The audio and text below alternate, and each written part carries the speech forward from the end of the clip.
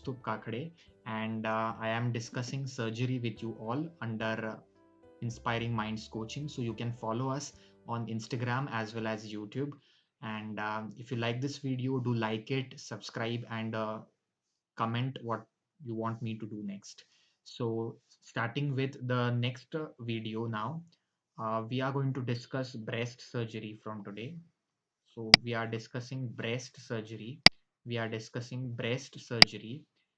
And under breast surgery, the first important concept I want you to understand is the surgical anatomy. Is the surgical anatomy. Because unless and until you know how anatomy correlates with breast, it is very much difficult for you to understand it, right?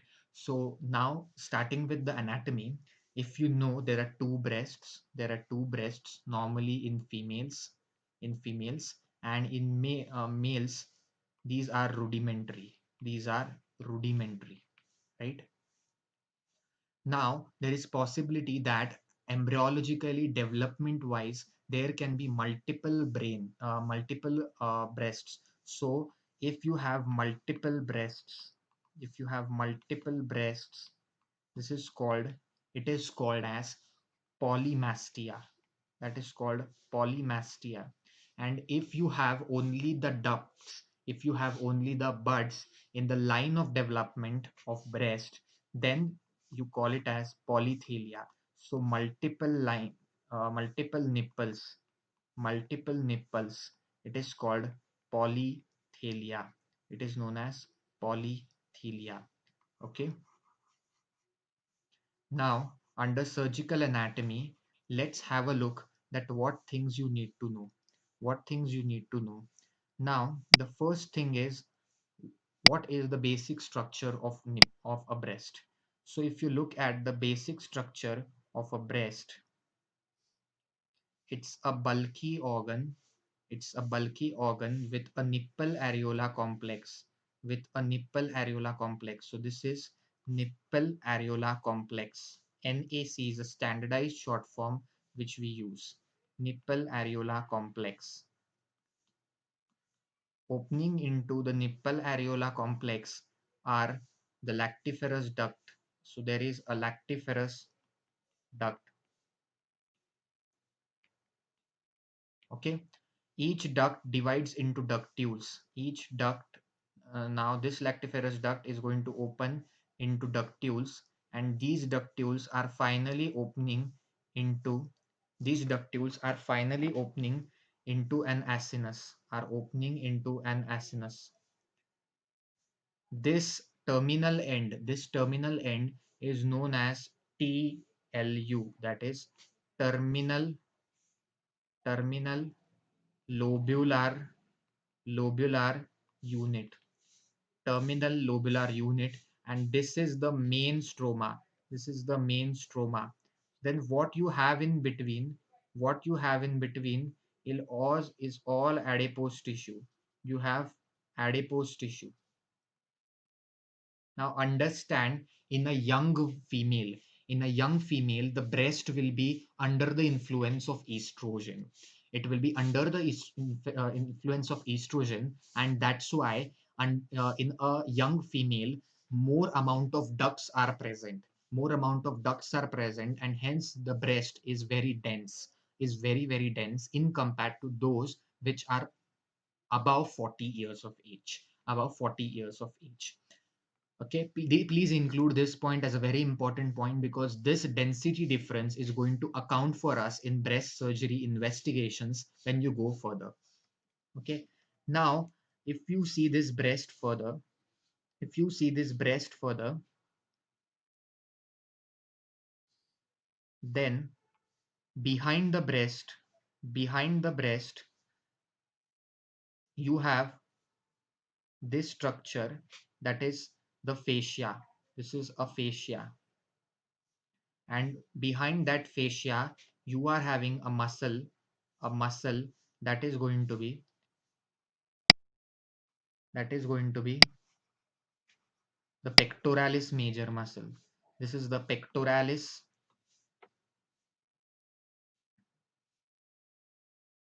this is the pectoralis major muscle. and behind that you have a free space called as the retromammary space. You have a free space called as the retromammary space, and behind this retromammary space you have the ribs. You have the ribs, right?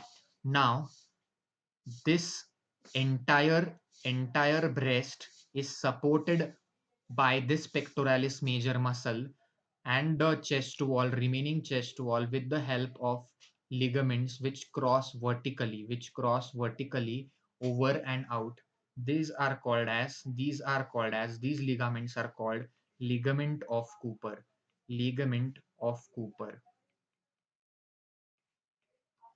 Okay. Now, Now, you will observe that this ligament of Cooper is absent at a specific point. Where it is absent, you can definitely see over here that ligament of Cooper is not attached.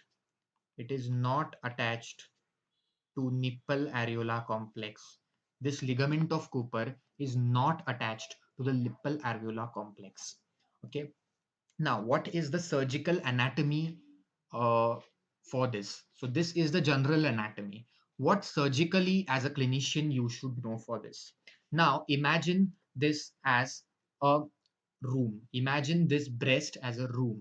What will happen if there is a mass over here? If there is a mass over here, this mass will continuously pull that breast tissue along with the skin. So this will cause pulling effect. This will cause pulling effect. So if there is a mass, if there is a mass, then what will happen? Because of involvement of ligament of Cooper, you can have you can have wrinkling of skin. You can have wrinkling of skin, or you can get a smooth depression. You can have a wrinkling of skin, or you can have a smooth depression. This wrinkling of skin, this wrinkling of skin is called tethering. This is called tethering. So you can see this wrinkling of skin that you can see in this image. This A is nothing but tethering. Okay. So because of involvement of ligament of Cooper, that ligament of Cooper is going to pull the skin of the over the breast towards itself because of a lump or a mass which is adhering to the ligament of Cooper. So in which condition you will have that? You will have that in case of malignant conditions like a breast cancer, where that cancer is going to adhere over the ligament of Cooper, causing pulling of that ligament of Cooper. And because of this pull to the ligament of Cooper, you will have the first situation, that is tethering. That's why tethering is now the first sign, which is a skin involvement suggestive of breast cancer. Okay. Now, if there is a smooth depression, if you have a smooth depression, like over here, you can see this is a smooth depression that you can see over the skin of the breast. This is if there is more aggressive involvement of the breast tissue as well as the ligament of Cooper. So if the ligament of Cooper as well as the breast tissue both are involved, then this is going to lead to something known as dimpling. This is called as dimpling. So dimpling and puckering, these two involve the breast tissue as well as the ligament of Cooper. Puckering is also another name for tethering. Another name for tethering. What is the difference between the two? Tethering is a mild wrinkling, whereas if a rough wrinkling is seen, we call it as puckering. Now if you have the duct involvement, like in this case, okay, if this is a breast tissue, if this is breast,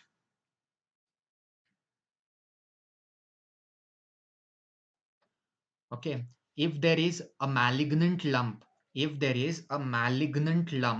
which is involving the lactiferous duct, So here you have, this is the lactiferous duct. If there is a malignant lump which is involving the lactiferous duct, this fibrosis of lactiferous duct is going to be circumferentially pull this nipple inside. This is going to be circumferentially pull this this nipple inside. So there will be a circumferential nipple retraction. You can see over here, this is a circumferential retraction of the nipple. This nipple, instead of being protruding out slightly, it is pulled inwards inside. This is called circumferential retraction, and this is towards the lesion. This is towards the lesion, towards the lump, or this can be away from the lump. This can be towards or away from the lump. Now, please check up if it's a malignant lump. If it's a malignant lump, it will continuously infiltrate over the lactiferous duct. And this fibrosis and infiltration of lactiferous duct will cause the nipple to be pulled towards itself, will be seen to pull towards itself. So definitely a circumferential retraction, which is towards the lump, is suggestive of malignancy, right? Whereas if it's benign, it is not infiltrating, but it's growing normally, or what we can say, it is growing symmetrically. So what that symmetrical growth of that lump or that tissue lead to, it will cause the nipple to go away from the lump, because it will push the nipple away. So if there is a retraction which is pulling away, that means the nipple is going away from the lump, the retraction is away from the lump, it is suggestive of a benign lump. It is suggestive of a benign lump. Okay. Now one more thing. One more thing. If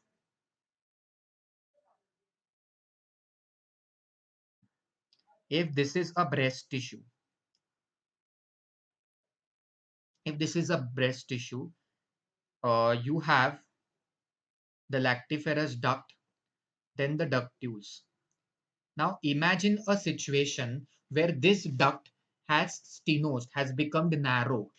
Yes, that is called duct ectasias. Duct stenosis, and another is duct ectasias. So when there will be duct ectasia, when there will be duct ectasia, only the part which is to which the duct is actually attached to the nipple areola complex, that will undergo slight pull inside because of sclerotic changes in the wall of the ductule or the lactiferous duct. So only along this end there will be retraction, whereas here a total retraction was taking place in all directions, right? Whereas here only along the duct there will be pulling. So this will lead to such slit-like retraction. So this is leading to a slit retraction, a slit retraction. In which condition do you get slit retraction? You get slit retraction in a condition known as, duct ectasia. Duct ectasia. So what we have learned in this video, the basic surgical anatomy of the breast, how is the breast composed of, how is the breast actually having anatomical structures, what is it related to, and what structures give support to the breast, and what will happen if the anatomical structures of the breast are involved, what symptoms will you look for, and then what those symptoms are going to suggest for you. So that is the half of the surgical anatomy that we have learned today. In this video, we will continuing with the remaining surgical anatomy in the next video. If you like it, do subscribe our YouTube channel, Inspiring Minds Coachings, and also follow us on Instagram. Do like this video and comment below if you want me to do anything.